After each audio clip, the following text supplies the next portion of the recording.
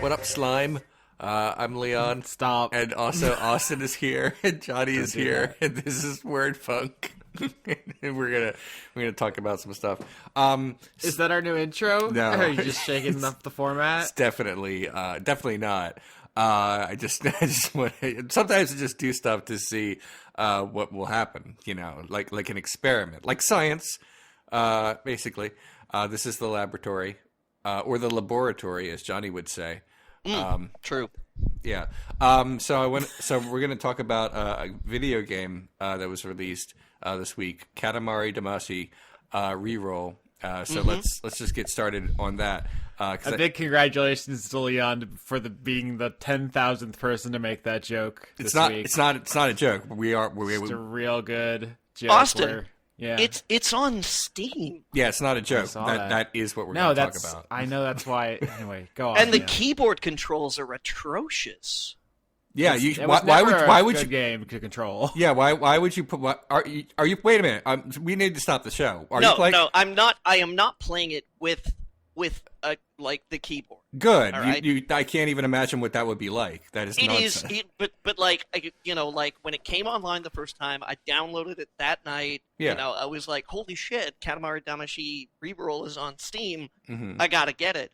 I downloaded it, and without thinking, I didn't plug a controller in, and I just started it, and it just Oh. it launches you right into the tutorial, pretty much, right? Yeah. After that theme song that I was singing all night long. Oh, that I yeah. have received numerous complaints about from my neighbors, because apparently nobody at 4 o'clock in the morning wants to hear me yell Katamari Damacy.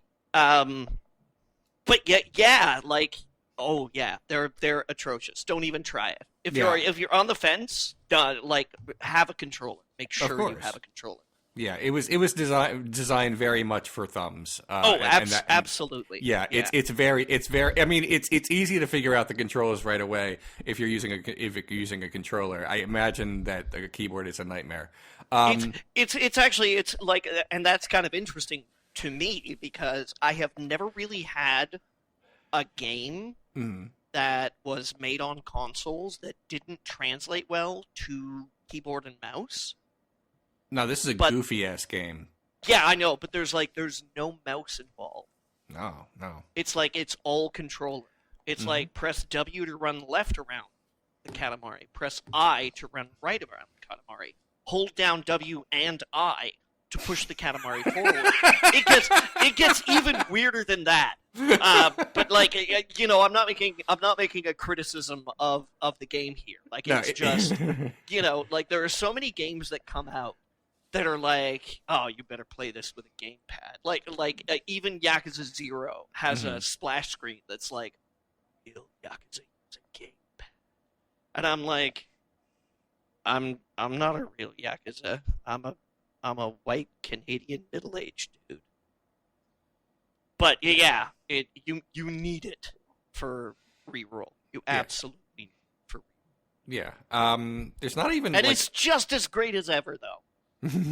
Good. As a game. Oh yeah, it's excellent. I love it very, very much.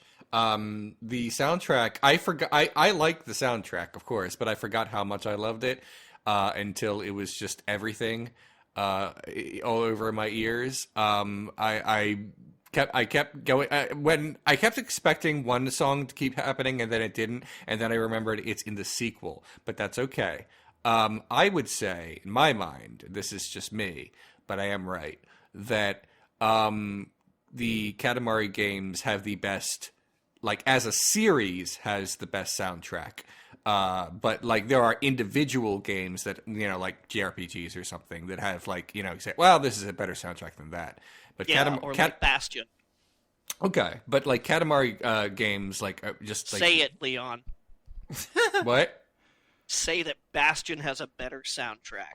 No, I won't. You can't make Speaking me. of, there's new Darren Korb music because Supergiant has a new game. We can talk about that later. That's right. I haven't listened to that yet. Okay. I mean, I'm not gonna fight you, Leon, because we'd be here all day. But I also enjoy the music of Katamari Damacy. It's one of the most delightful things about it. In addition to its aesthetics and sense of humor, it does control like a butt. Really? You have trouble controlling it? I don't have trouble so much. It's just not particularly fluid or enjoyable. I strongly disagree. This is the easiest to control game I can play. Besides, Obviously, you're a mutant. I'm sorry. I mean, yeah, there are difficulties in the sense that, like, oh no, I don't know how to get over this hill kind of thing, but not like I don't remember what button does what, because there's literally just two thumbs that go forward and backwards, and that's I'm not confused about the control. Yeah, right. I'm saying that it's like tank controls. It's not bad. I enjoy It's not the game. even tank controls, Austin. You know Like, what I mean? it's though. not I don't know even- a better way to say it. You know, like if you, somebody who's never played video games before, you sat them down and they played Resident Evil and Katamari next to each other, I doubt they would say, yeah, these two control schemes are very similar. I enjoy it. I find the controllers like super simple and intuitive. I'm just flipping like literally just two of my fingers, and I'm never. Oh, what does Y do? It doesn't matter. You don't do any of this. I'm playing another game right now. You don't need Y. Why? Because you don't need to. You don't. But see, I have the opposite thing, Leon, where I could have a command bound to every key on the keyboard and have no problem. That's easy. That's nothing. Then we're from the And mirror yet, universe of each you other. slag on Stalker, Austin. I don't slag on it. Honestly, I just didn't have. I bitched out. I didn't go back. I was a coward. I was weak, Johnny. I love you for admitting that. Thank you. Okay. Yeah. Sometimes you got to be the bigger man and admit that Stalker whooped your ass, and you got to get good. None of this makes sense for anyone who has never played these games. They're not obscure or anything, but like people, when people were saying like, "Oh, these are my favorite game series," I don't really hear that very much. When people say, "Yeah, Katamari, obviously," Call of Duty, but definitely Katamari. That never comes up. Then again, I don't talk about video games very much, but basically the narrative. You're right though. I mean, I don't think I've ever heard anybody say Katamari was like one of their favorite games. It's mine. It's one of my favorite games and game series. For anyone who's never played it, the narrative of the first game is that the stars have disappeared and the king of all cosmos, who is like Rainbow God.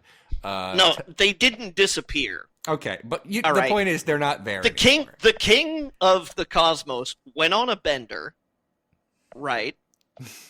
And he smashed the place up. Okay, look, the point is he tells his son, the prince, to just roll up a bunch of shit and make new stars. And the gameplay is you push a ball and the ball collects stuff when you run over it, and the ball gets bigger, and then you can collect more stuff. It's like when you have a foil ball as a child or a rubber band ball, and then it just gets bigger, and you're like, this is fun in and of itself. But what's really fun is there's just like weird like time challenges and stuff, and the king negs you the entire time, but in an endearing way. So there's that. That's basically the game. Katamari is the perfect video game. I say nuking the comments from Orbit, but it is. It's the best game. It's fun.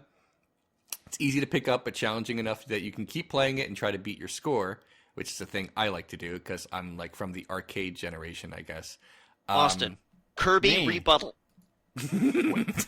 I like Katamari Damacy fine. I wouldn't put it, if I was making a list of my favorite games or series, it wouldn't make like the top 100, probably maybe not the top 200, but I've played literally thousands of games. It was my job for like half a decade, and I played 4 or 5 games a week. So I don't. It's more about a reflection on me. Leon, have you played any other Kita Takahashi games?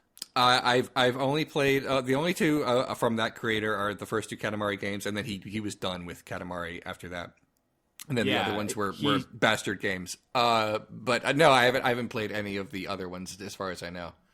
He did Nobi Boy. That's the other one I've played. I don't have strong feelings about it, but he has a new game coming up called Watum. I'm looking at it now. It's being published by Annapurna. Okay.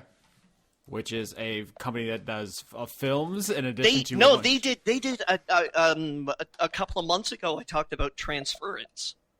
Wait, how do I spell that? How do I spell the game title? Wattam, Wattam. TT. Annapurna published Donut County this year, and Ashen, which is a Dark Souls-like, which is getting pretty well reviewed. So they're And an also up-and-coming publisher. Transference, which was that VR game that I played, where I got to hang out with Macon Blair. Leon. Okay? I know you know Macon Blair. Leon's making noises. Sorry. I opened up Wattam on Steam, and the first thing it says is Wattam is a game about the joys of friendship. And like, there's more, but that I'm sold. Yeah. Oh God. So, Annapurna, the film company publishing such films as, or I guess they distribute, not publish. That's the terminology. The Ballad of Buster Scruggs, notably. As well as Zero Dark 30. Sorry to Bother You, I believe. Was it? I I'm think looking so. on the page here. I don't see it. Maybe not. Phantom Thread, Foxcatcher, American Hustle. So anyway, that it's just a weird company. Every time I see their name on something, I'm like, what is their aesthetic? Like, what's their I like deal? Yeah. It doesn't Anyway. say when it comes out. It says available this year, but the year's almost over, and there is nowhere to buy it. So Yeah. it's I think it might have got pushed. Oh, it's okay. Well, I'll keep an eye on this one because now it's the only thing I want to do. Okay. I'm sure I could talk more about Katamari, but I know Austin is just like slowly exploding. It is technically kind of like a re-release slash remaster. Oh yeah, So. it is. It's just a re-release of the original game, but like with improved graphics, obviously.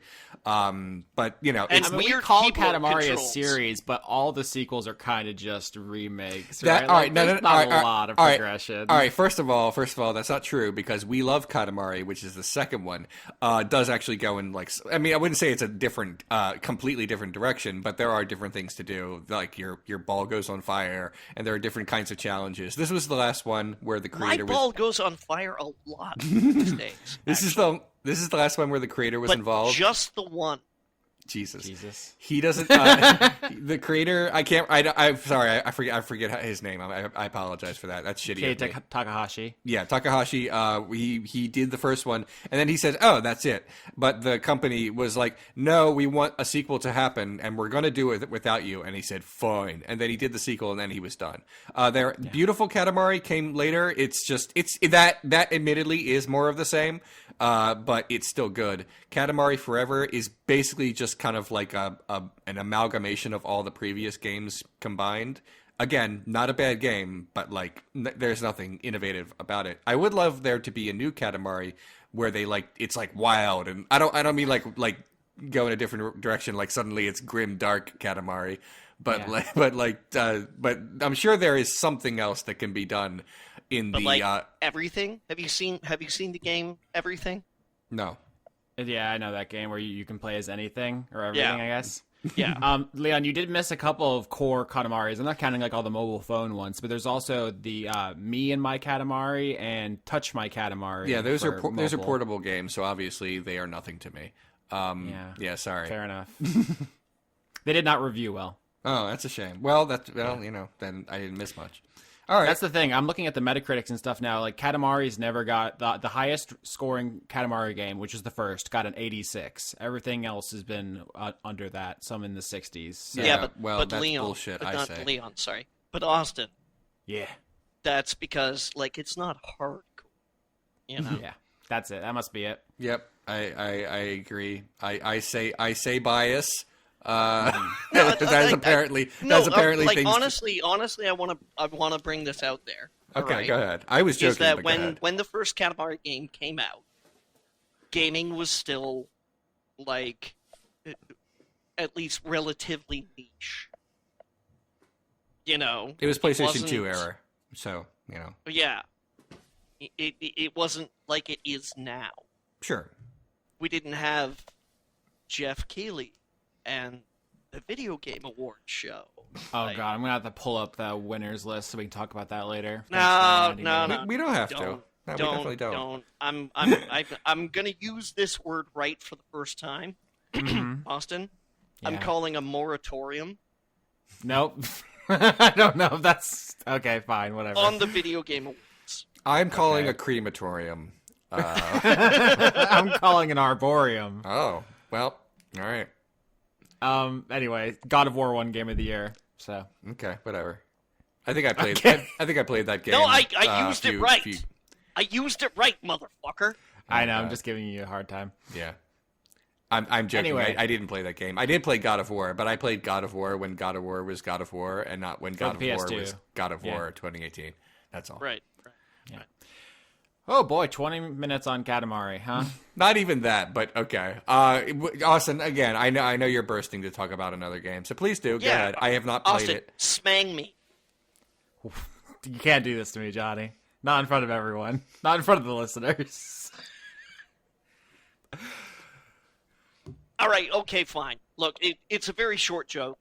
I just got exposed to a new Urban Dictionary slang term, Jesus. smang, Okay.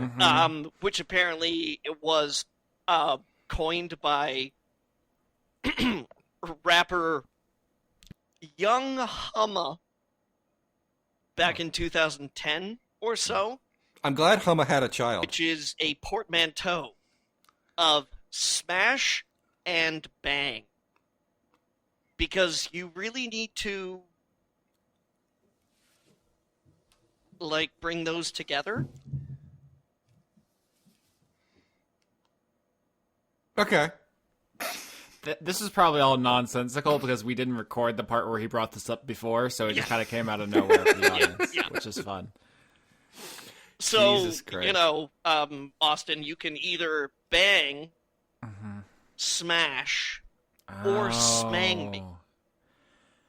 I see what you've done. Pick your door. I'm going to talk about Super Smash Bros. Now. There's a new one. It came out the same day as Katamari. Both good games. However, one of them is a good game, and one of them is the best fighting game ever made, and that's Super Smash Bros.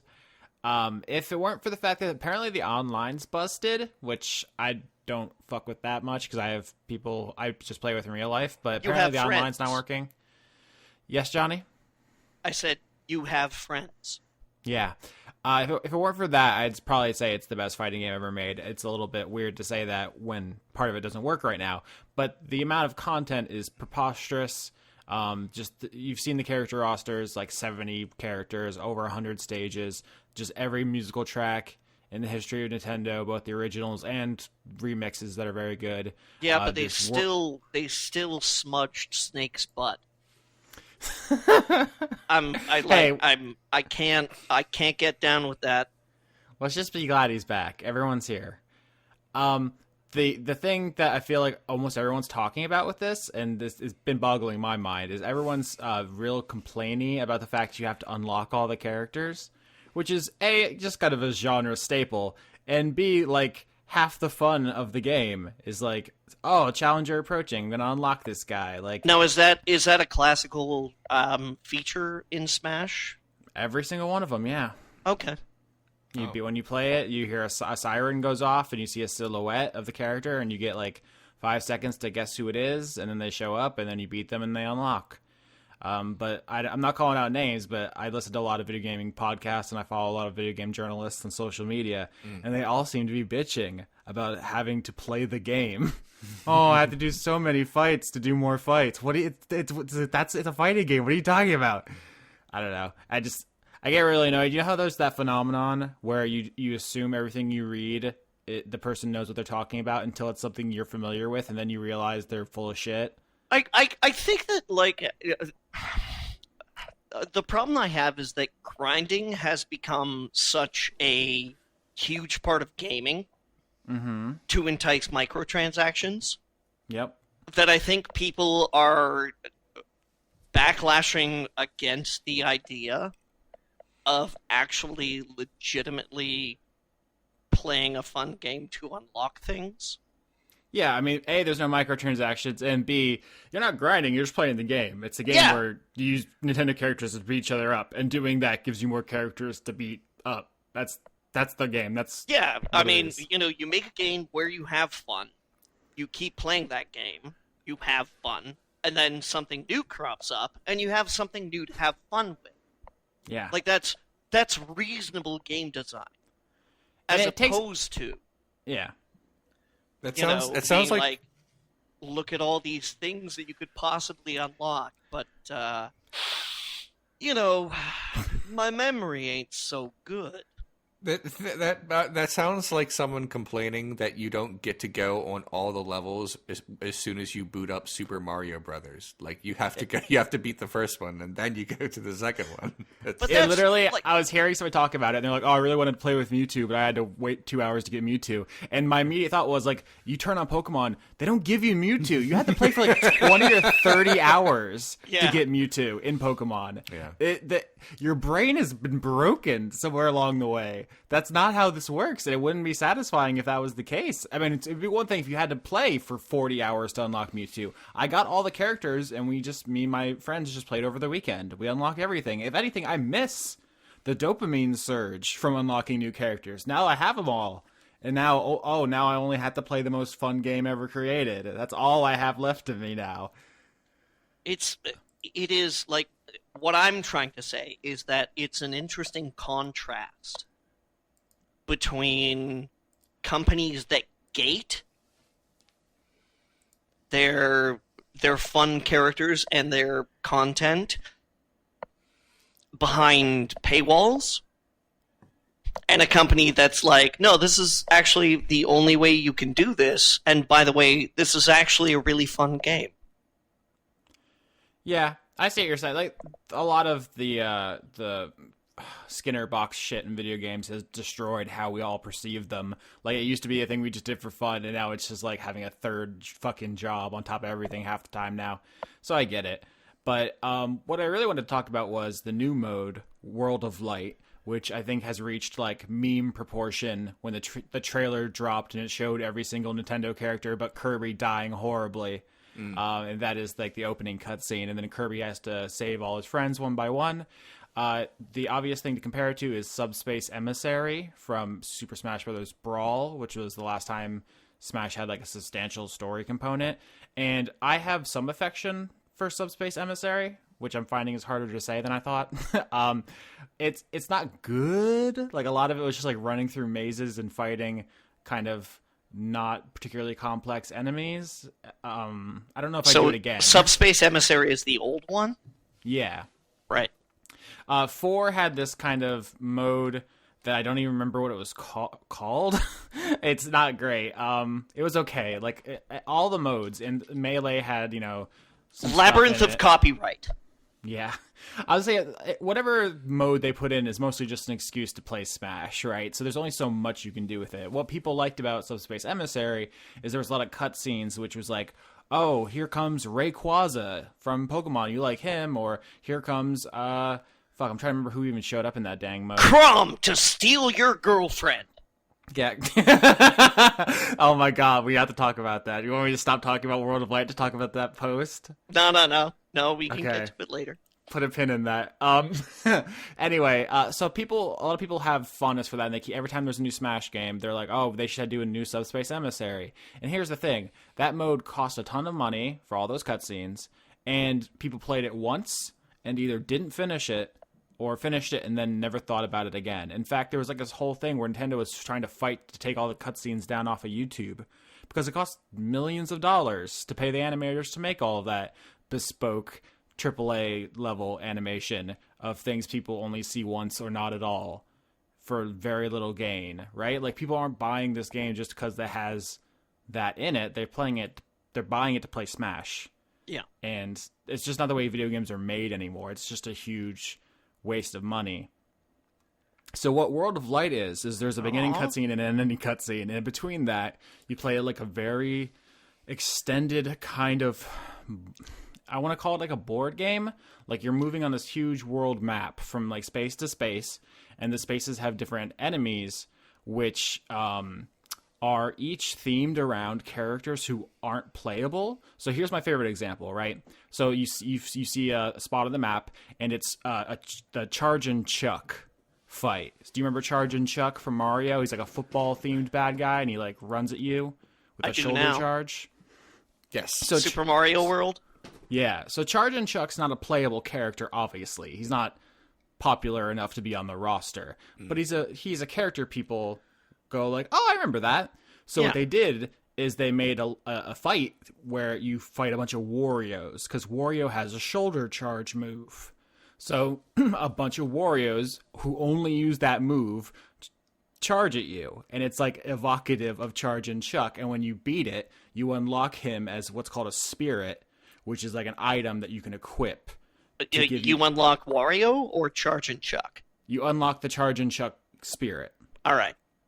All the characters are like in World of Light because you save them from the bad guy who killed them in that cutscene. So if you find Wario on the map, you can beat him, and that'll unlock him for every other mode.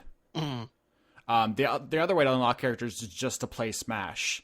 Like every 10 minutes or so, when you beat a battle, you'll be challenged by someone. That's the other way to unlock it. It's if you just play the game. So it's easy. Anyway, so this World of Light mode becomes a really cool trip through not just Nintendo history, but Namco history, because there's all these Namco properties in here. So there's like all the Pac-Man stuff. There's all these like obscure like arcade games I don't even really know about. Basically anyone who has anything on the roster, I think, was invited to throw a bunch of stuff in here. And there's like, I don't know, over 1,000 of them. Yeah, invited. I'm sure there was no money changing hands. Oh, of course. But, I mean, sometimes that's how you gotta do if you want Pac-Man and Sonic in your Nintendo game. Fuck yeah. Oh, that reminds me, the Big the Cat fight. We'll God. We'll talk. Uh-huh. About? Sonic. So the Big the Cat spirit fight is you fight a giant Incineroar. Incineroar is the cat Pokemon. So he's a Big the Cat. It's really cute. Anyway, so a lot of the single player content in this game is playing like an extended version of, do you recognize this reference? And I do. And it makes me feel smart. And also it's just really a great way to mix it up, right? Because I've played hundreds of hours of Smash in my life. I've been playing every single version since the N64 at great length. So I've played Smash, but I've not played that much Smash where all the enemies are metal, or the controls are reversed, or touching the ground makes you fall asleep, or the stage cycles between darkness and heavy wind, or you constantly take damage and your enemy's immune to projectiles. Like whatever it is that the enemy, or not necessarily the enemy, the character from that property is referencing. So it's like, it's a great history lesson. It's like a really fun, almost like puzzle where you have to like, oh, I have to go to this power plant so I can turn off these gates on the other side of the map so I can go into these tunnels so I can do this thing. I almost don't want to spoil it because it's really cool. It's like you go into the base from Metal Gear, Shadow Moses, or you like go on a monster hunt to hunt a Rathalos from Monster Hunter. It's like so fucking cool. And it doesn't have any of the high production values of Subspace Emissary, but it has infinitely more things to do, and it's way more thoughtful. And I just think it's fucking dope as hell. I don't really have any other like great observations about this game. It's just the same Smash everyone already loves. Like Smash outsells Zelda. It's a bigger deal than pretty much every property except for Pokemon and Mario. And that success, I think, is earned. It's an incredibly polished, wonderful game. The new characters are great. I love playing Inkling. I love King K. Rool. I wanted to like Ridley more. I mean, I'm an original Ridley ho. You know, I'm always about getting Ridley in Smash. You were so hyped. I know. And he's fine. Like, I like him, but he doesn't... You know, sometimes when you play a character and it just clicks and you're like, yeah, this is my dude. I didn't get that with Ridley, unfortunately. He's fine. But I really like K. Rool. I like Inkling. I'm back on Wii Fit Trainer, who's great. It's a great game all around, so... I could go on, but I can tell Leon already hates me, so I'll stop. No, you're fine. You're fine. I played Smash Melee a million years ago, and I was good at it. My name was Pikachu, and that's what I did. I don't have much interest in buying this one because I'm like a single player kind of person, and I realized that you just said that there's a big single player campaign, but. I when I played Smash before, like I couldn't even be bothered to care about the single player aspect of it. Like the only. Did you like the break the targets? I don't even know what that is. Oh, everyone loves break the targets. It's from the old games where it was like this anyway, I'm sure there's it- a bunch. I'm sure it exists. platforms. I'm sure it exists, but like I literally just played against someone and it was okay. That's it. Sorry, I don't have more for that. I do have another thing I want to say. Oh shit. Oh yeah, about Katamari. I realized that like you were kind of funning on me for like making like the joke that I only played Katamari this week, but I feel like I earned that because I went to GameStop at midnight to get Katamari Reroll.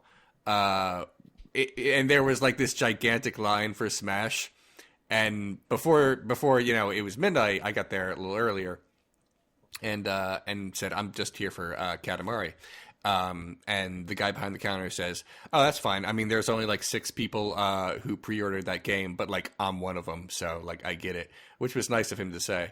And then he says, "You don't have to wait in line. When it's midnight, I'll just give you your copy. You just stand off to the side." I'm like, "Thanks." So like 3 minutes after midnight, I had my copy of the game I wanted, and I left the store where there were like 50 really white people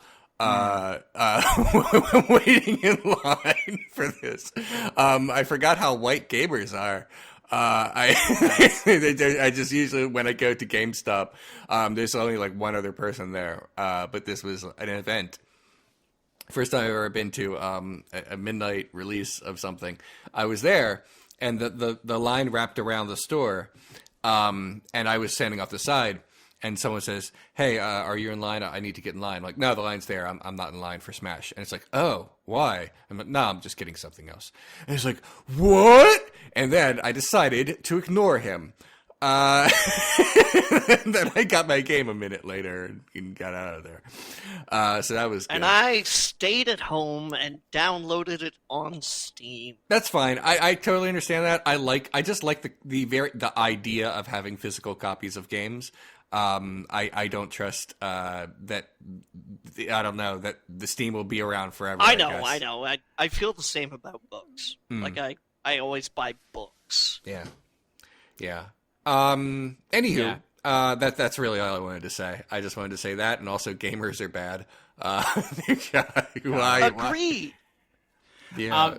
Johnny, have you played Smash? We got a question here from Jade, at Jade the Thief, our doctorate of questions. Who's your Smash main? Leon said Pikachu. Yep. I said, I'm playing a lot of Wii Fit Trainer in this one. I'm messing with all the new characters, but I played a lot of Cloud in the last one too. He's really great. What about you, Johnny? You ever played Smash? Dr. Manhattan. Fuck off, dude. You're the worst. Speaking of gamers being awful, I watched a bunch of documentaries about gamers recently. So, now, I mean, I've talked about this before. The No Clip series on YouTube is really, really great. They just released 2 documentaries really recently. One is about the fighting game. It's really like a company, I guess, but specifically one guy who goes by the name Spooky, who does like a bunch of streaming and stuff for fighting game tournaments. And it's mostly about him and his story. He's like a Puerto Rican immigrant, and he has like this whole thing about like his family, and I don't want to give it away. It's good. You should watch it. But it does remind me like fighting game communities are like the most diverse gamers. Like, yeah, there's a lot of like cream cheese ass white boys in video games. But if you're looking for one place where it's not quite so much that, the fighting game scene is really, really diverse. It's really the biggest in LA and New York. There's a huge Puerto Rican population, especially in New York, and the African American community is like really big in there. I know like the best person I know in Smash, like our friend who always whips our ass with Ness when we play him. He's Asian. Like, it's the least like homogenous white boy scene if you're looking for that. The other documentary I watched was on Half-Life. Not so much its creation, but like the ripple effect it's had on the entire video game industry. There's some really good shit in there, specifically about like Gabe Newell, who was not some like genius who like made this precious creation, but was a millionaire Microsoft executive who kind of created this libertarian place for people and then started fucking them over. There's a great interview with Randy Pitchford where he talks about how Gabe basically treated his career like a piece to use in negotiations and fucked him over. And it's it's really stunning stuff. Some of the best video game journalism, some of the only video game journalism that exists, period, I guess. Not that Randy Pitchford is a good boy. I have complicated feelings, but it's great to see people who know the stories finally getting a platform to tell them. Yeah. Because, I mean, we worked in video game journalism. It's hard to get that access, and when you have it, people are reluctant to answer those kind of questions. So when you can get them out there and tell these stories, it's important. I really recommend NoClip. Support that. That's Danny O'Dwyer. He's on Patreon and stuff. So, Okay. Video games. I have some non-video game things to talk about, if you guys will hear it. I will. Okay.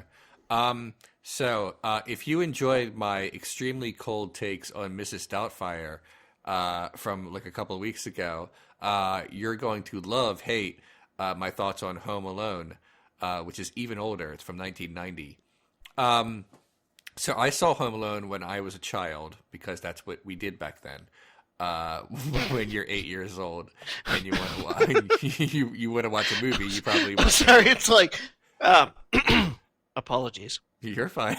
It's a good movie. I still find it to be a pretty solid movie. Unfortunately, it sort of like spawned a lot of I'm a kid and I'm fighting the adults with my kids stuff that came later, like Blank Check, or that comes to mind. But Home Alone itself was pretty solid.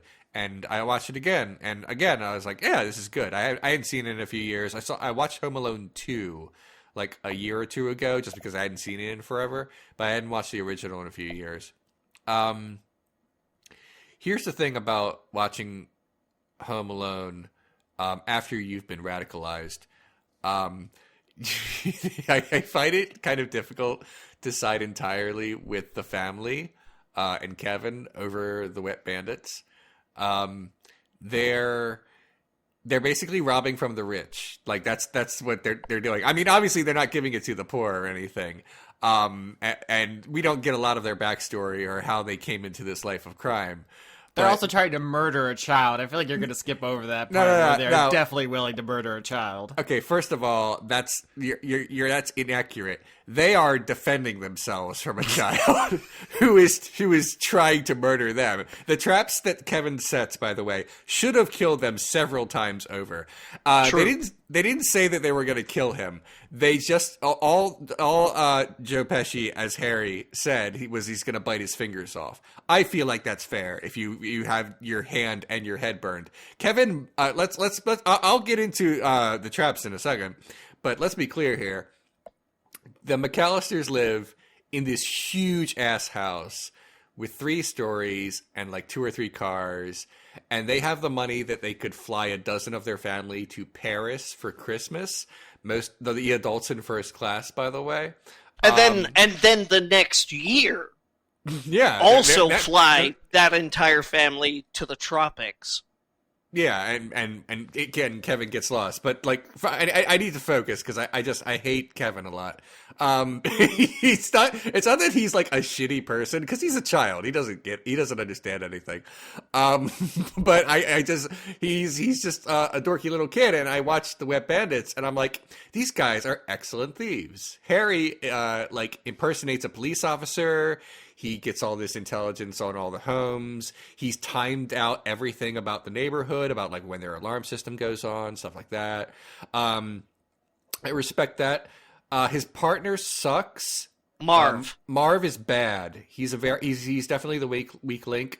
However, I understand why Harry keeps him around, because I feel like it's kind of like a Lenny and George thing. You don't want to do this like life in a lonely way. You just kind of have to have someone with you, even if the person is gonna like screw up your shit. But so I get it. I understand. I feel for them. About the traps and the so-called Wet Bandits trying to murder Kevin. Kevin sets up a lot of shit that should have killed these people. Like the paint cans and all kinds of other stuff. Like should have given them like severe injuries. Or just flat out. He drops like mortar bricks. Yeah. On Marv's head. Well, that's in the sequel, but yes, Kevin is vindictive. They should have died. I understand that this is kind of like a slapstick comedy, and we're going on cartoon rules here, but still, like Kevin shows forethought into killing these two people. Harry and Marv do catch up with him. And basically threaten to hurt him. They don't actually hurt him because the old man smashes them in the head with a shovel at the end. Spoilers, I guess. But presumably what would have happened is they would have hurt this child, or at least like tied him up and continued on their crime spree. By the way, Marv is just shit. I don't just mean because he's dumb. I mean, they're the wet bandits because they turn on Marv turns on the faucets of everywhere that they rob. But as the police say at the end, well, now we know where you hid, so we can like implicate you in all kinds of crimes now. He incriminates both himself and his partner with the whole water thing. That's a terrible idea.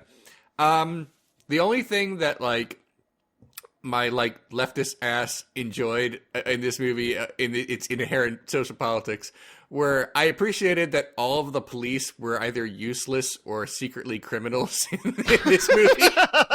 I enjoyed that aspect of it. I don't think there was a true message in there about it. I'm just like, for me, I enjoyed that. The message of the movie is that like your family can kind of suck, but you know they're still your family, and if they were gone, you'd miss them. That's not entirely true. That's not a 100% universal truth.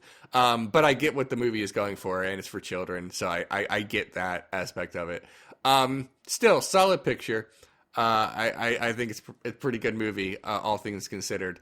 The sequel is not. It's not that it's bad. It's that it mostly just redoes all the main beats from the first one, and also it's a little different because, like, I guess if it's you're like a bad Katamari sequel. Oh my god, Home Alone is the Katamari of films. There's just a bunch of sequels that are just slightly less quality, but are the same exact story every time. That's largely true of a lot of sequels, but let's focus here. Home Alone 2, Lost in New York. The key difference in that movie is that if you're not me, you do feel for Kevin because he wants to stop the wet bandits, and of course the wet bandits are bad people who want to steal toys. But in the first one, Kevin is like defending his home, so you kind of get, that he would go a little overboard. But in the other one, he's like Batman. He just kind of takes the law into his own hands, and he finds this other house or something, and as Johnny mentioned, throws bricks straight onto Marv's head. Should have killed him many, many times over. Marv must have Homer Simpson's disease, where he can be punched in the head and never get knocked out. Good on him, I guess. Useful thing to have if you're in a life of crime. Yeah, it's not a shitty movie or anything, but I could do without the sequel. Apparently, as mentioned, there are tons of other Home Alone sequels that have nothing to do with Macaulay Culkin, but I've never seen any of them. They are apparently all just complete ass. My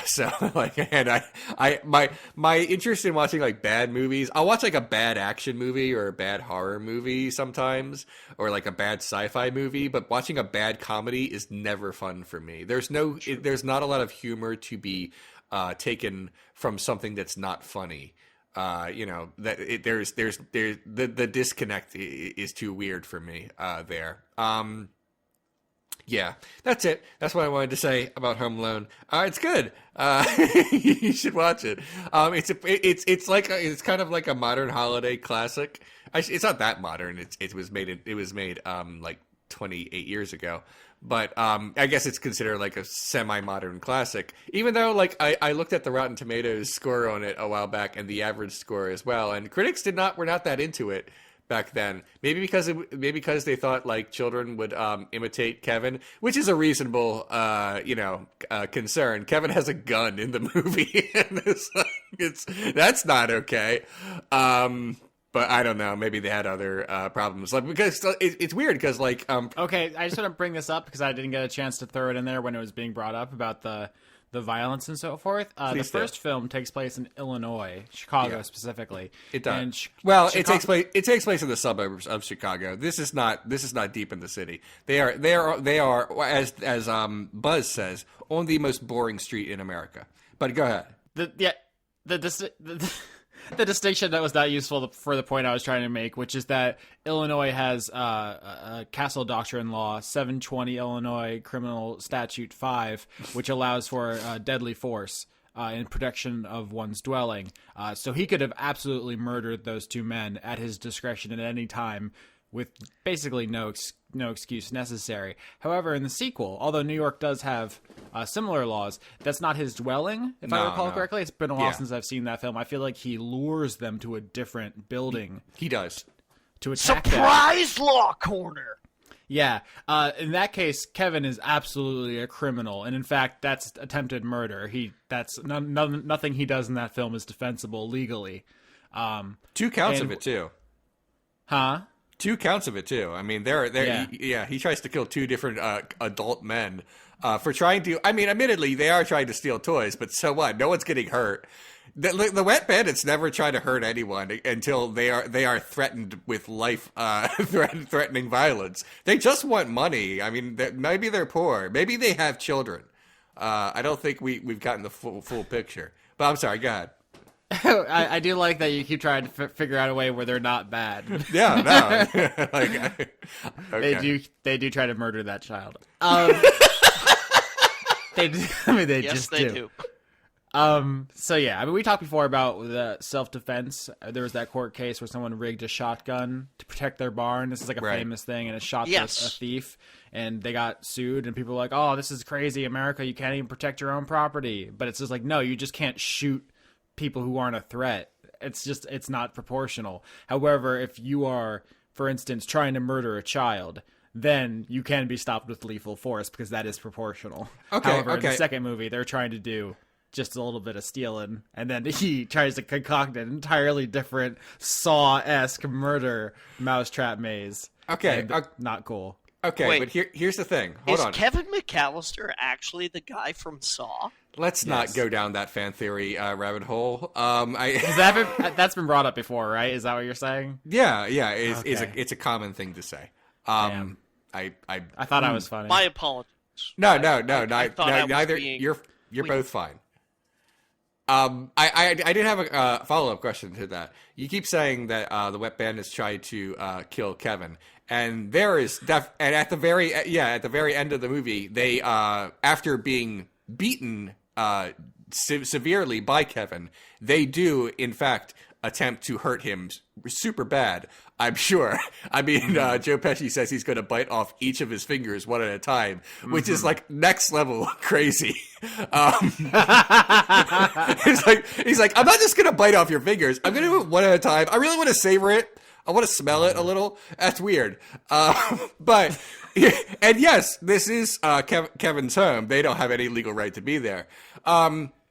But they didn't go into the home with the intent on killing this child. They just want to steal things. They're cat burglars. They mentioned that they are cat burglars. They try to do so without being detected. So I have a question. If you is that a court defense? I'm a cat burglar. No. I'm just trying to explain that they did not go into these people's homes with the intent to kill Kevin McAllister. They went into these homes with the intent to steal from Kevin's parents. This is actually not a crazy question because crime has 2 elements. There's the actus reus and the mens rea, right? Which is what you do and what your state of mind is. Right. In a lot of cases, it actually would be important what they were trying to do. Being just a cat burglar does have substantive difference between trying to be an assassin that actually is relevant.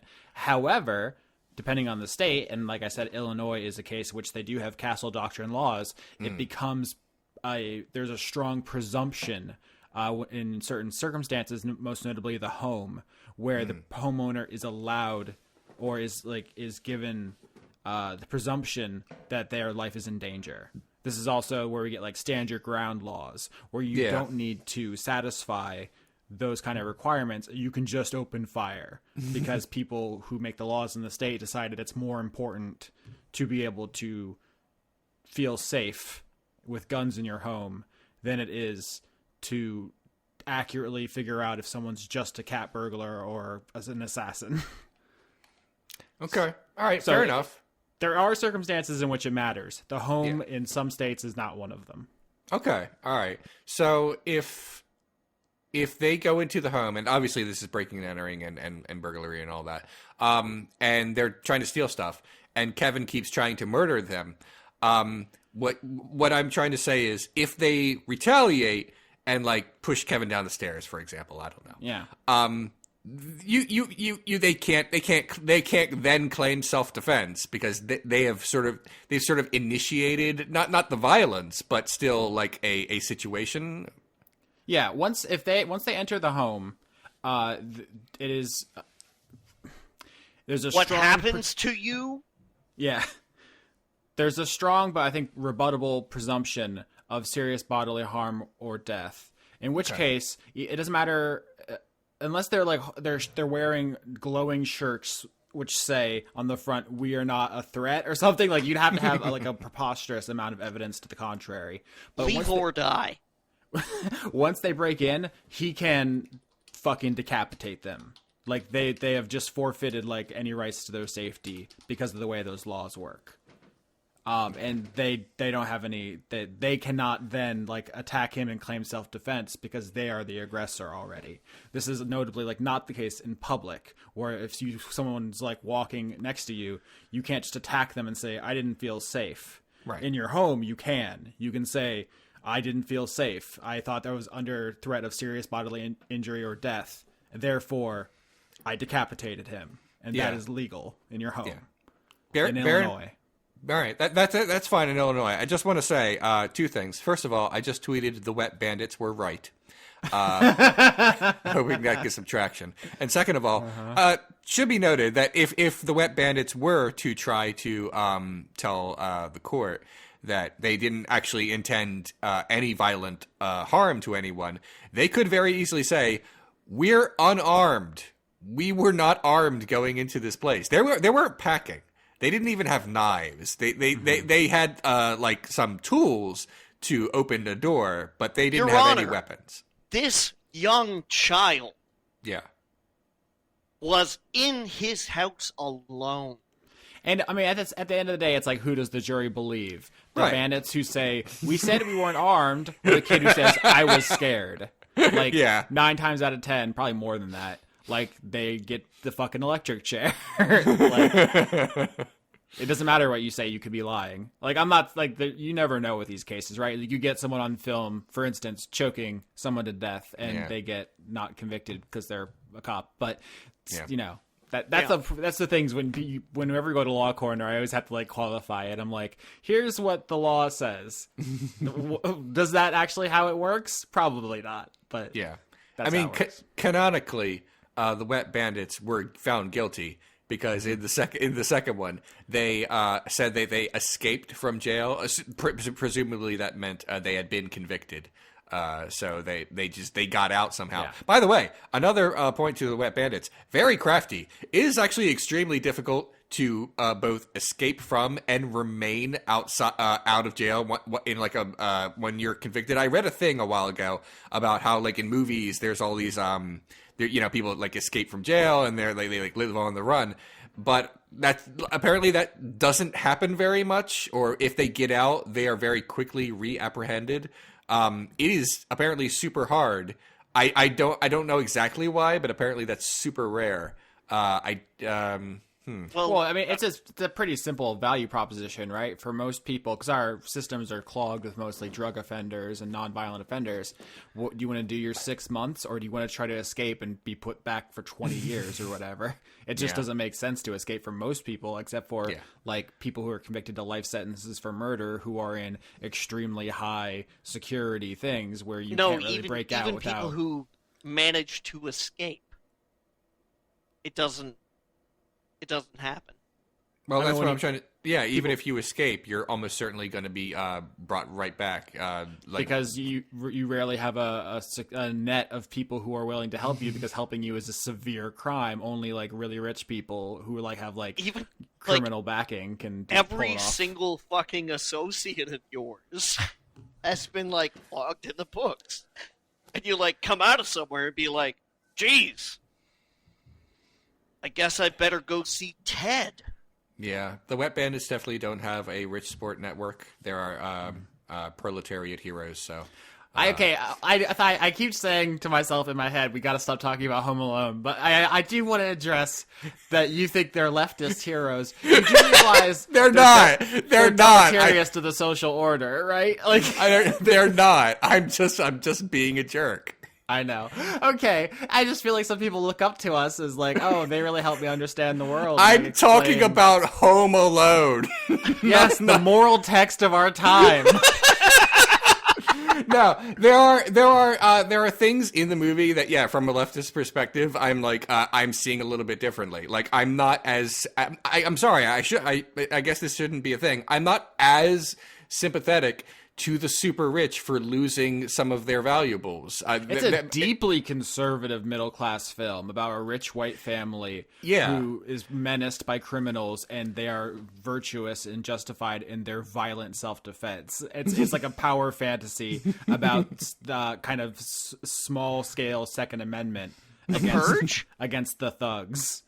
Like, it really is. But the 90s are full of that shit. Like, that Fight Club is, like, the tale of a long, like, decade-long history of this, like, weird middle-class, like, ennui, but with, like, this dark undercurrent. Or, like, we're all so stable and, like, have these jobs, and we're, like, there's no adventure, man. But also, I'm really scared of all the brown people and the scary criminals. And we've agreed to not take Fight Club seriously. Right. Yeah, that is against the rules. Anyway, we have to stop talking about Home Alone. I'm sorry. Okay. Yeah, I will say I want it to be clear. I don't actually like if the Wet Bandits were in real life. I would not in any way be praising them. I'm just kind of having a bit of fun. I should also note that the Wet Bandits cannot possibly just be in this to feed their starving families, because they vindictively ruin all the houses that they steal from with water damage. That is just like so much. Also, that those rich people have insurance is not even accomplishing anything. I mean, in our fully automated gay space communist utopia, Leon, the Wet Bandits would not exist because we'd have a robust social safety net where no one would feel the need to steal because their needs would be taken care of. So that's literally all I've been saying this entire time. Yeah. Do you guys want to talk about something else? Yes. Yes, please. Yes, please. I mean, it's on Music Corner. I'm sorry. Go ahead. Austin, I sent you this album. Did you listen to it? Sorry, I was muted to take a drink. I listened to Idols, the punk band album you sent me, and I listened to like half of the Moonface record, and then I was like, "Oh, these are too many feelings." Okay, all right. Well, I talked about Moonface. This one's for the dancer, and this one for the dancer's bouquet. But I want to talk about Idols. Yeah, it's like British Isaac Brock, and he's very angry. So, Idols, spelt as in, ooh, the engine idles while I wait, has this album out called Joy, Joy is an Act of Resistance. That's it. Oh my god, 2018 has been a banner year for music. But this came late to me. I only got this just a week or two ago from Ombre and Funky Shack, Music Guru, Hustle. Holy fuck! Now, the band themselves dislike the label of punk. But that's unfortunate. They probably shouldn't have made so much punk music if they didn't want to be called punk. It is so, at least, very much punk influenced. Like, oh my god. The lead track of the album, Colossus, has the line, "I put homophobes in coffins," in it, in just this, like, rhythmic, fucking destroying goddamn guitar plot, and it like, yeah, this is an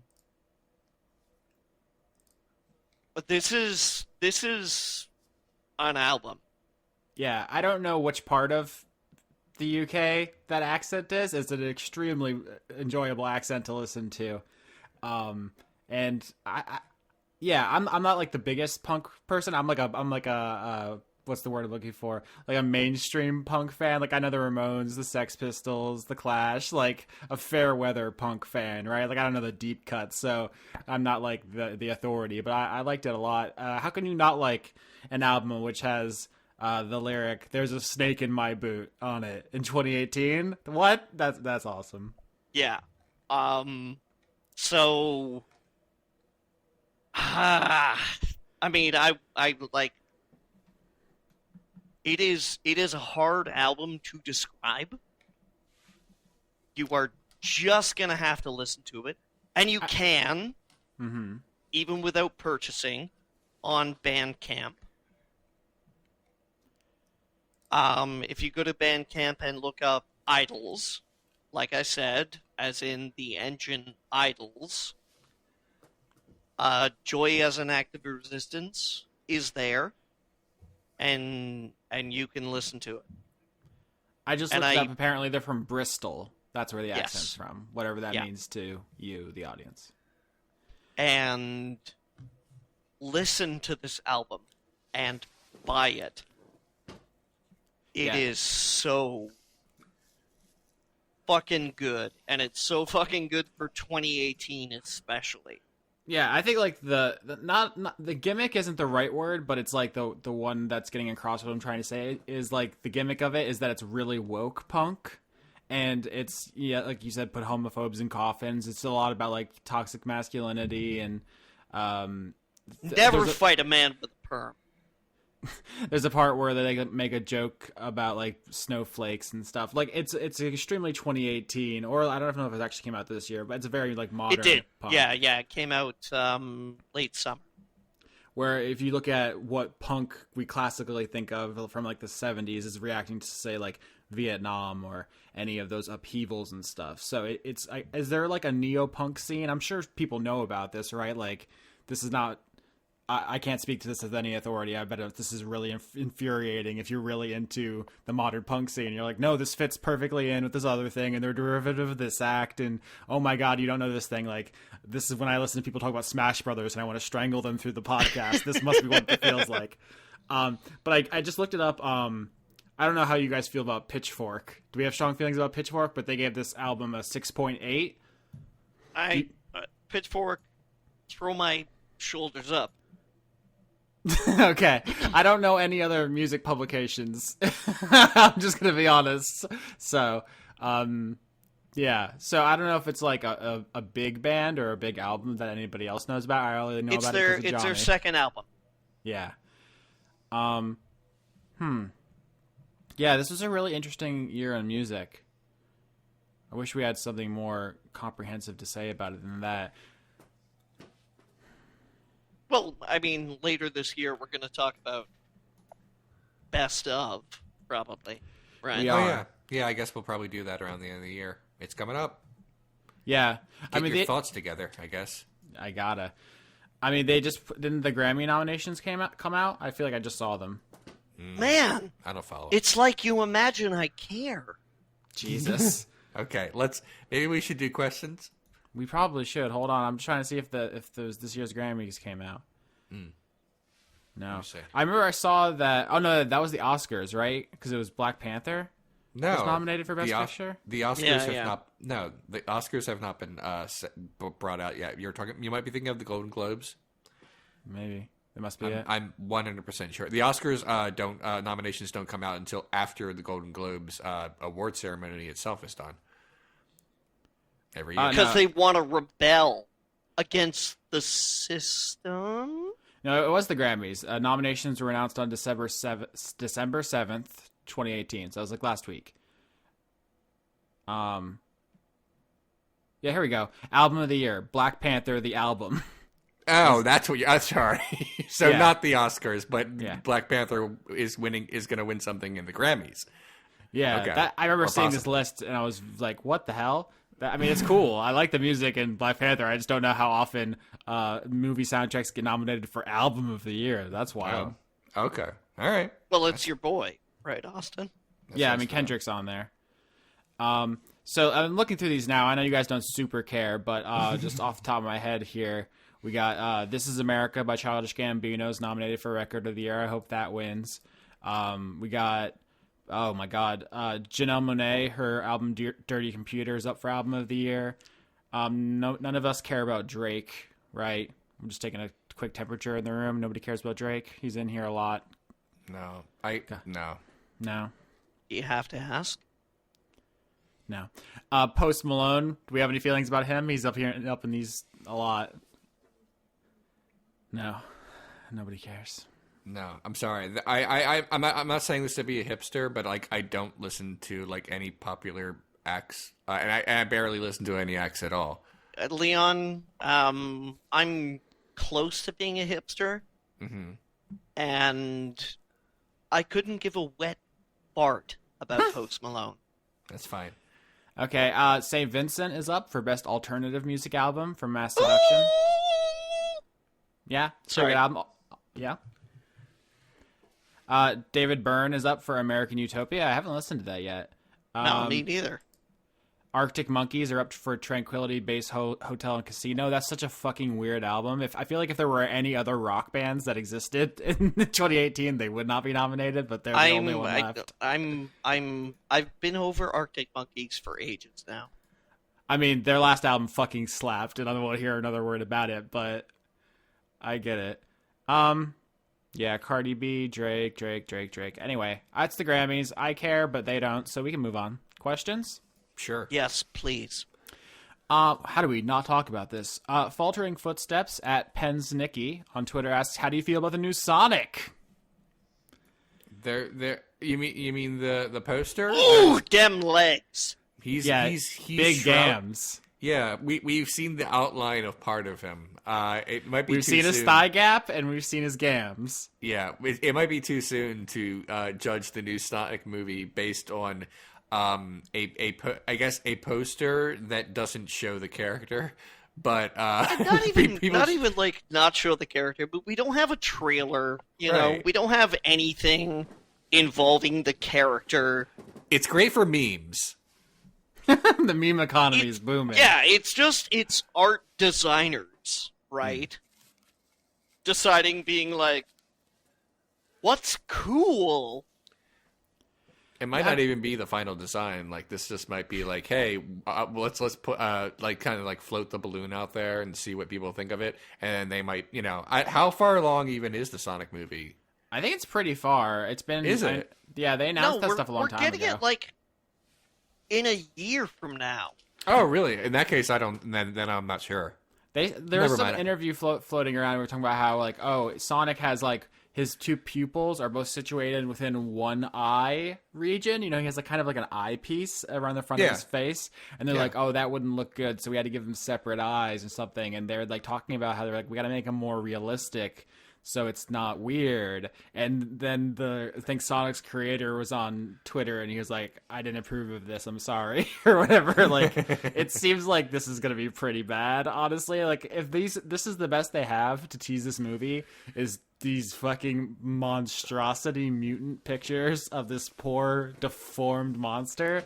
I mean, maybe it might be good in like a Super Mario Brothers movie way, where like, what the fuck were they thinking? But Look, I mean, it's not a secret that all video game movies are bad. I mean, that's Not such all. an old opinion, Leon. It You know is. that's Not not all. true anymore. Annihilation was the I'm sorry. best Oh, really? Stalker movie I've ever seen. What are the good ones, Austin? The Professor Layton movie is really good. Okay, allow me to rephrase. I'm talking about live action video game adaptations. There are apparently a few animated things that are okay. Like there are Pokemon movies that are apparently all right. Yeah, Leon. I'm talking about live action adaptations of video game movies. That, Leon, Yeah. Annihilation is the best Stalker movie I've ever seen. Okay. Licensed like, Mortal Kombat. Mortal Kombat.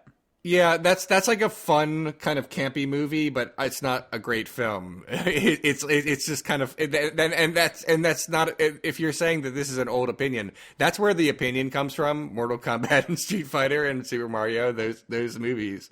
I'm sorry, but there still hasn't really been a swell or even a couple good live action superhero, I mean, not superhero, video game adaptations, like I think ever.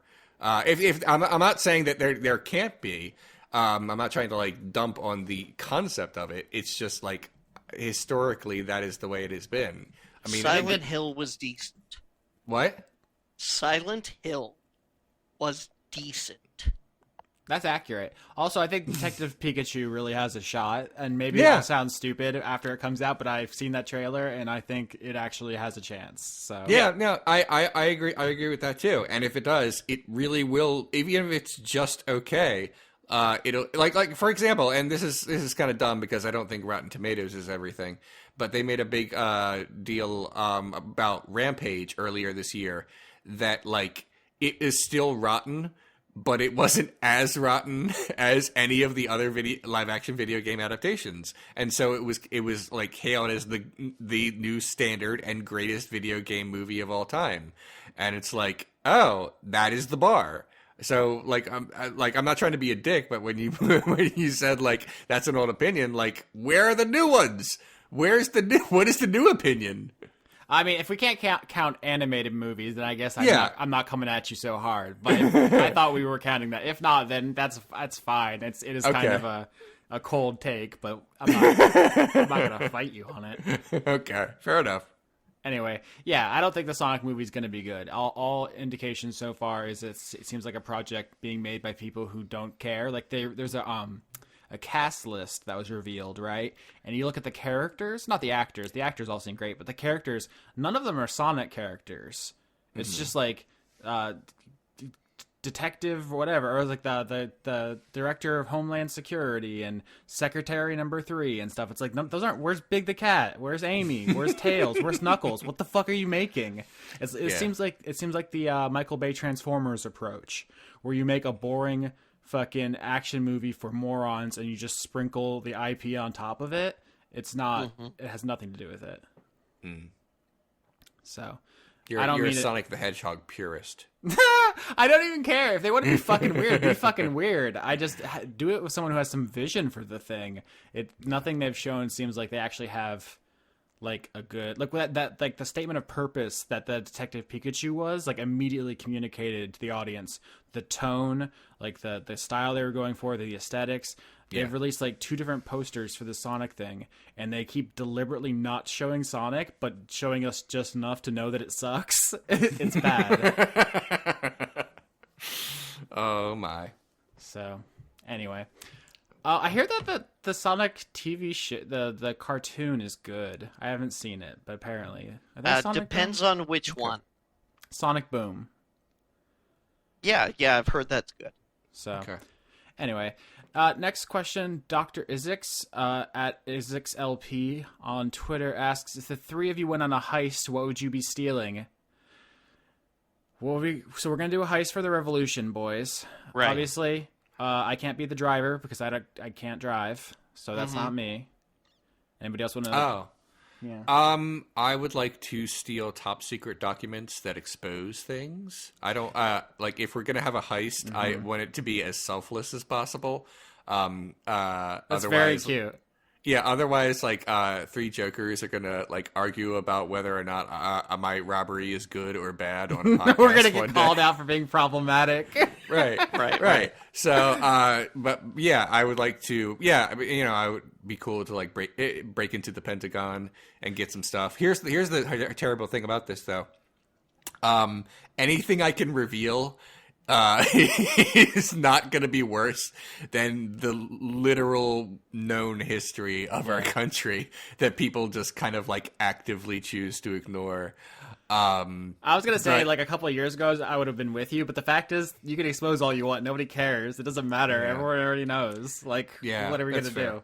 That's fair. But if I could, you know what, maybe in a like broad sense, because anything that any information about our country that conflicts with the country's national religion, which is American exceptionalism, is not going to be taken seriously. But if we could bring down like one person, like with like a very tasty scandal, that would be fine. I don't know what that would be exactly. It would have to be not boring. So it would have to be like sexual or something, because nobody cares about tax returns enough. So it's something like that. I would want to do something that's meaningful. I feel like I'm being asked what I want to do when I grow up. Yeah, you have to give the goody answer. We're like, I want to be Robin Hood. It's like, Yeah. you know you want to Yeah. steal the fucking Statue of Liberty. Come on, Carmen Sandiego, it, you asshole. Yeah. Yeah. And I guess that's what I want to do. What's your role, Leon? What? What's your role in the heist? Oh, I don't want to be. Austin's not the wheelman, so Yeah, damn it. That's what I wanted to say. I wanted to be the one that could very easily get away if things went wrong. Leon has to be the driver. I can't drive. Yeah, Austin. Yeah, that's true. Austin has never driven a car before. I have. I just don't have a license. Oh well, Okay. you really need a license in order to do this very legal thing. I don't want to break the law during the heist. Right. No, in that case, yeah, I'll grab the wheel, and you two can be the Tom Cruise on wires, like lowering down people. That's Johnny. That's 100% Johnny. All right. He needs no, that no, core no. strength. Now, Austin, you're the front man. You're the spoof. Okay. All right, you're the guy that gets us in. Uh-huh. Oh, I definitely want to say we're in. No matter what happens. Yeah. Whatever position, I need to be able to say, we're in. I'll do the wet work. Okay. Oh, God.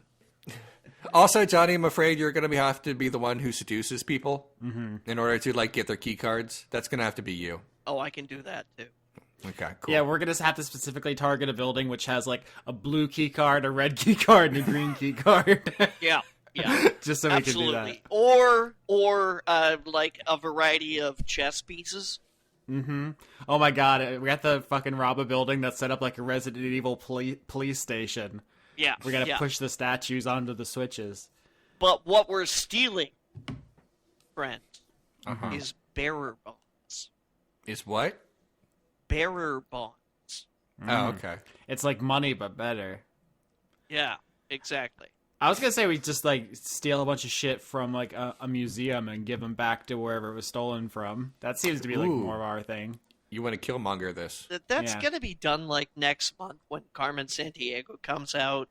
Yeah, I guess. And I feel it's Pretty high played. time to redo Die Hard, but like in a goofy kind of word funk way. I mean, if it's a word funk way, we're gonna fucking trip over our own dicks and fall off the building halfway through, no matter what. Yes, but we'll get away with it because we'll be dead. and then be like, no. Afterwards, we'll be like, how the fuck did that work out? So Oh, this God. And then, Leon, we can Yeah. redistribute the bearer bonds to the proper deserving wealth. Okay. brackets. All right. So this isn't so much of a thing that we can talk about so much, but I do want to bring it up because we're not talking about the Game Awards, but something happened there that was interesting. Taria Gale at the Xenochrist on Twitter asks, Did y'all see Sonic Fox dunk on Republicans in his Game Awards speech? Did you guys I see did this? not, but I'm aware of it, and I Yeah. love it. Ditto. So Sonic Fox, the best fighting game player in the world, also a gay black furry, won esports player of the year. Parenthetically, I think a lot of their personality awards are garbage. They frequently give those awards to like white supremacist adjacent people and Yeah. just garbage monkeys. And also, I think Overwatch won esports game of the year for like the third year in a row, which is just funny. Can you imagine if they just gave the same award to the same movie every year? That'd be hilarious. Anyway, Yeah, because, I mean, it's doing more money in esports than anybody else. that's the metric. Anyway, Sonic Fox went on stage and he was very nervous and he was trying to, do his thing. He's great. And he said, I'm black, I'm gay, I'm a furry, I'm everything Republicans hate. And Also, I'm the best, he says this all the time, but I'm the best fucking fighting game player in the world, so deal with it, haters. I don't remember that. That's a paraphrase there, but Yeah. he's an incredibly charismatic, talented, great person, and he's not scared to say just correct, cool shit. I feel like I am scared of even the tiniest altercation with people, and I'm the most protected, privileged group a person could be in. I can't imagine facing the kind of garbage he does on a daily basis and still being that strong. And it heartens me, guys. I'm so glad that there's good in the world. Okay. Lots of love, Sonic Box. Yeah, it's good stuff. Let me look through. Oh my god, I saw this earlier.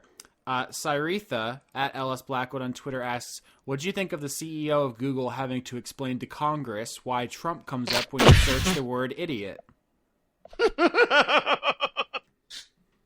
Well, obviously they hadn't plumbed the tubes of the internet. Yeah. Jesus. There's a lot. There's been all these, congressional hearings and stuff.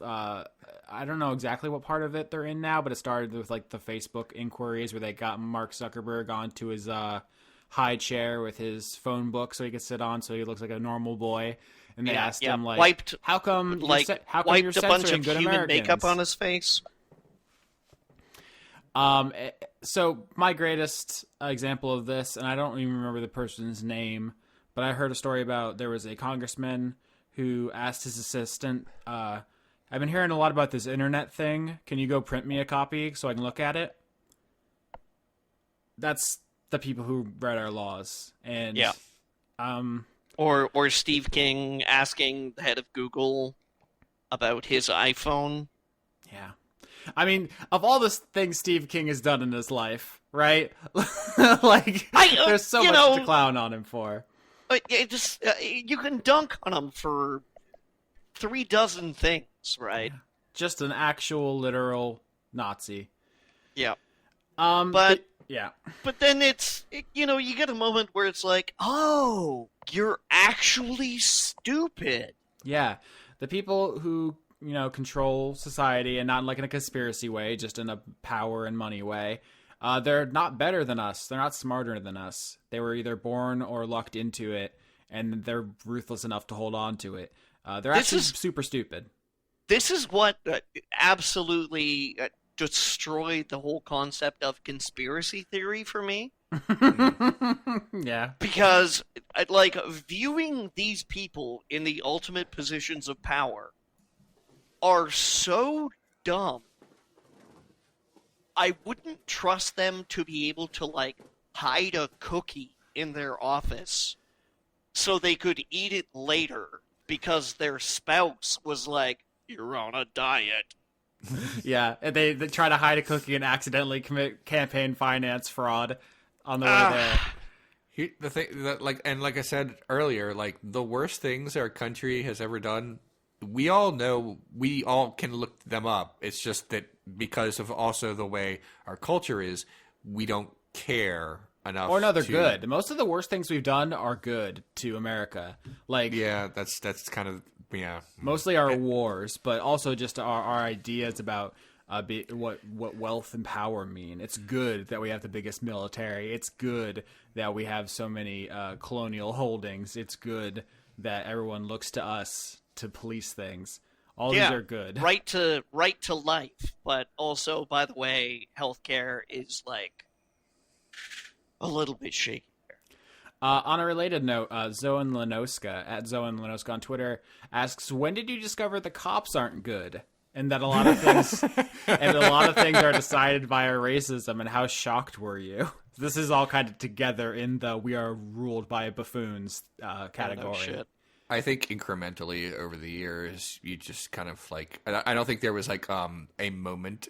A flashpoint for me where I was like, wait a minute, everything I ever believed was wrong. I've always been a kind of left of center, and on things. I've just drifted more as I learn more.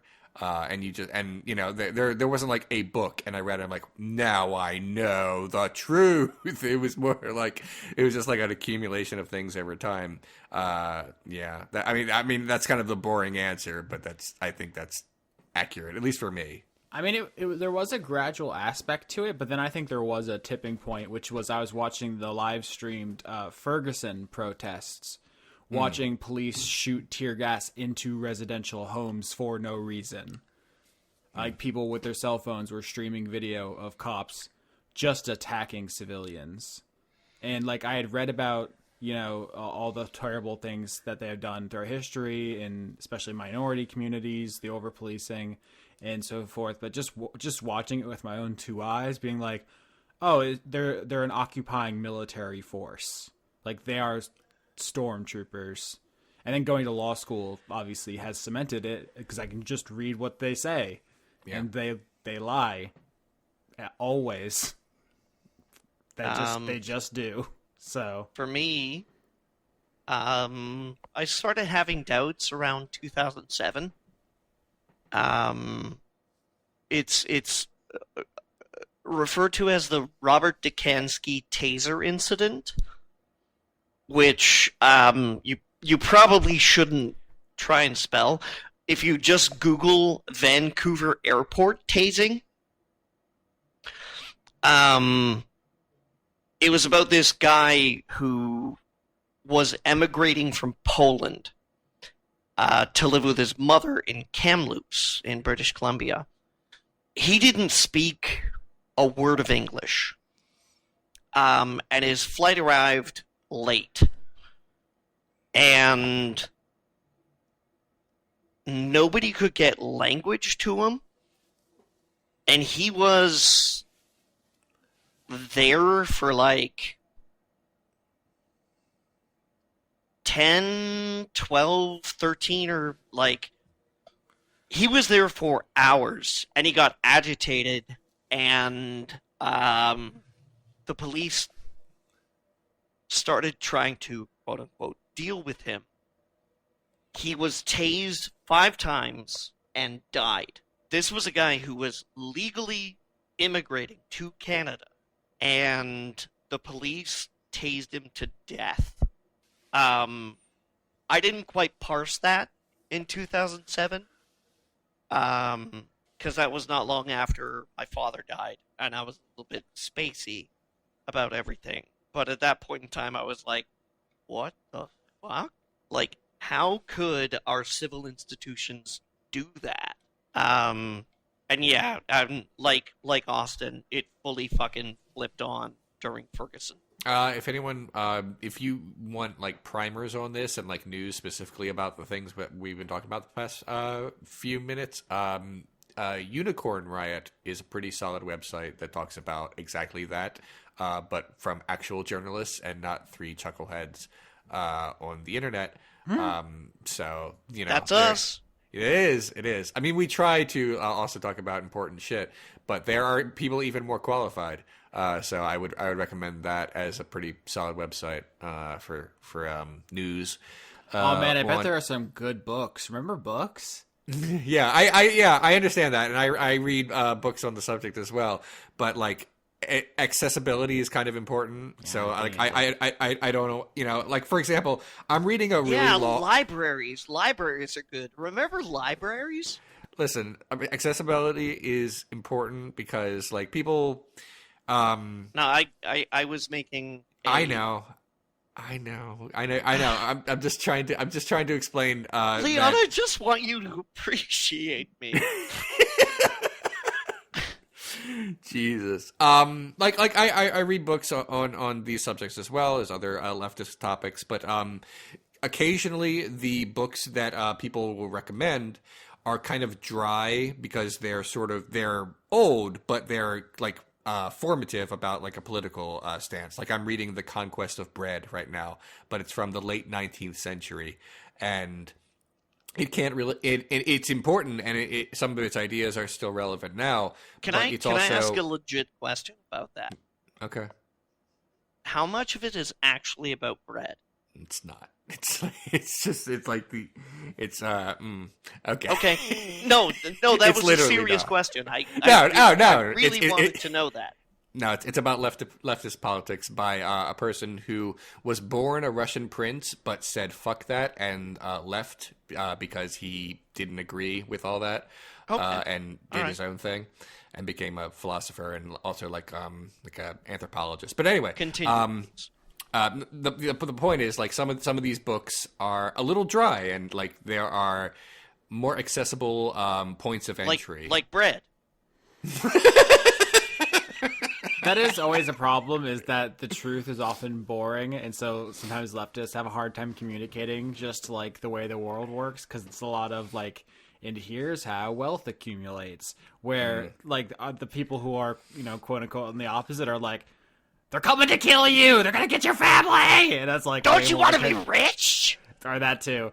It just reminds me, because I'm just looking at the questions, and we got one from _IsicLight underscore. Hang on. Who Leon, says, are you done? I'll let him go. I just want to throw this into this thing he's going on, which is, the question is, on a scale of 10 to 10, how Nazi is PewDiePie? 10. Yeah, I mean, look, whether he is a useful idiot or a crypto fascist, the outcome, the consequences of the things he says and promotes seem to be the same. The guy that he linked to almost verbatim said, "It's a joke until it's not a joke." Yeah, and I'm sorry, but like, you can slip up from time to time in life, but if you consistently, and I'm using finger quotes here, slip up about the same thing over and over and over again, and seem to always kind of blame misinterpretations instead of like owning it, I don't care about you.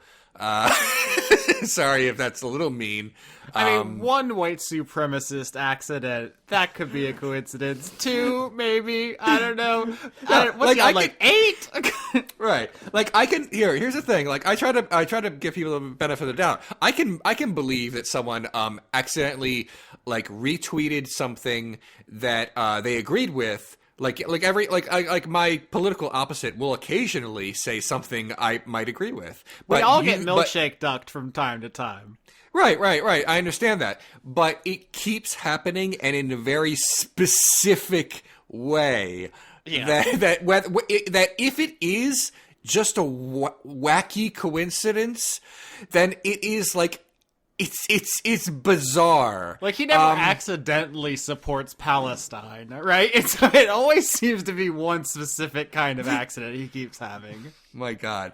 Yeah, I feel like it's pretty clear how we feel about this, but thanks for that shit stirring question. I mean, no one cares. We're not going to take him on. It's just, I know that you have strong opinions. You were tweeting about the thing about people are trying to get him to be the #1 subscriber or whatever. Yeah, this was even before his latest Nazi kerfuffle. It's been a great day. Jesus. I mean, Cohen's going to jail for 3 years. Okay, I mean, Theresa May has more than a third of her parliament voting no confidence against her. We need a sign that says, like, it's been X days since the latest Nazi kerfuffle. Okay, we should probably go, but anything you guys want to say right before we go?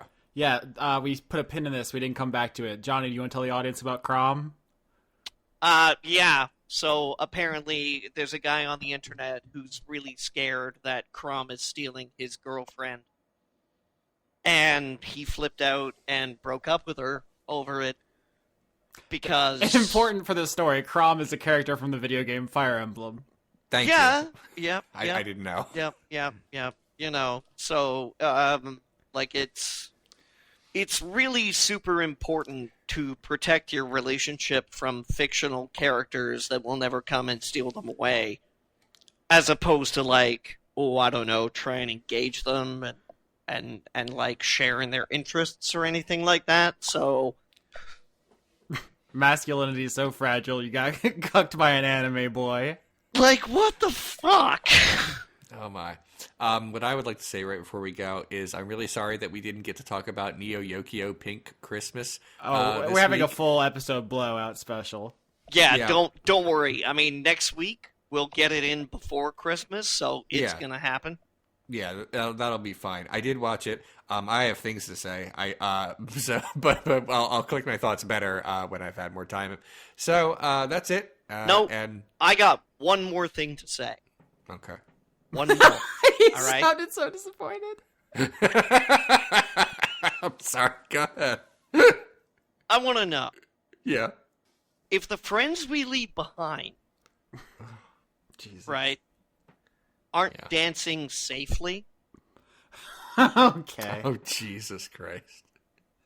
What makes ours a safety dance? Now that your roses